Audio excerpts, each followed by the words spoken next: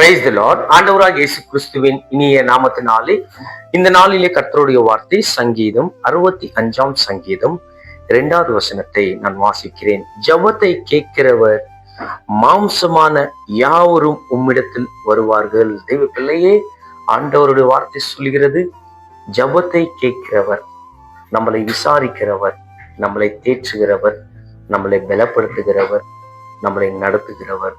வேதம் சொல்கிறது, உன்னுடைய ஜெபத்தை கர்த்தர் கேட்கிறாராம்.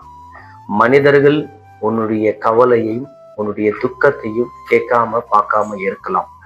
ஆனா அந்த சராசரங்களை உண்டாக்கின கர்த்தர், வானம் எனக்கு சிங்காசனம், பூமி எனக்கு பாதபடி, அப்படியேப்பட்ட தேவன் உன்னுடைய ஜெபத்தை அவர் கேட்கிறார். தேவ பிள்ளையே, நம்பதான் தேவன் கிட்ட வந்து தேவ சமூகத்துல அமர மாட்டு கொண்டிருக்கிறோம்.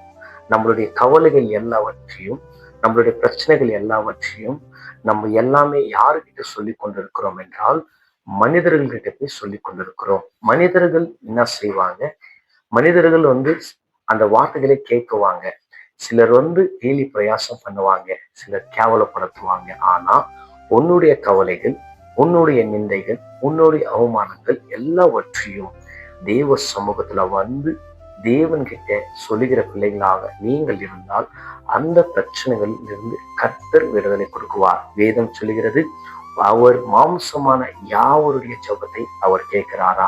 இன்னைக்கு நம்மளோட வாழ்க்கையில நம்ம மாற்றிக்க வேண்டிய விதங்கள் நிறைய இருக்கிறது. நம்மளோட ஜெபம் மாற வேண்டும். அப்போ என்ன பண்ண வேண்டும்?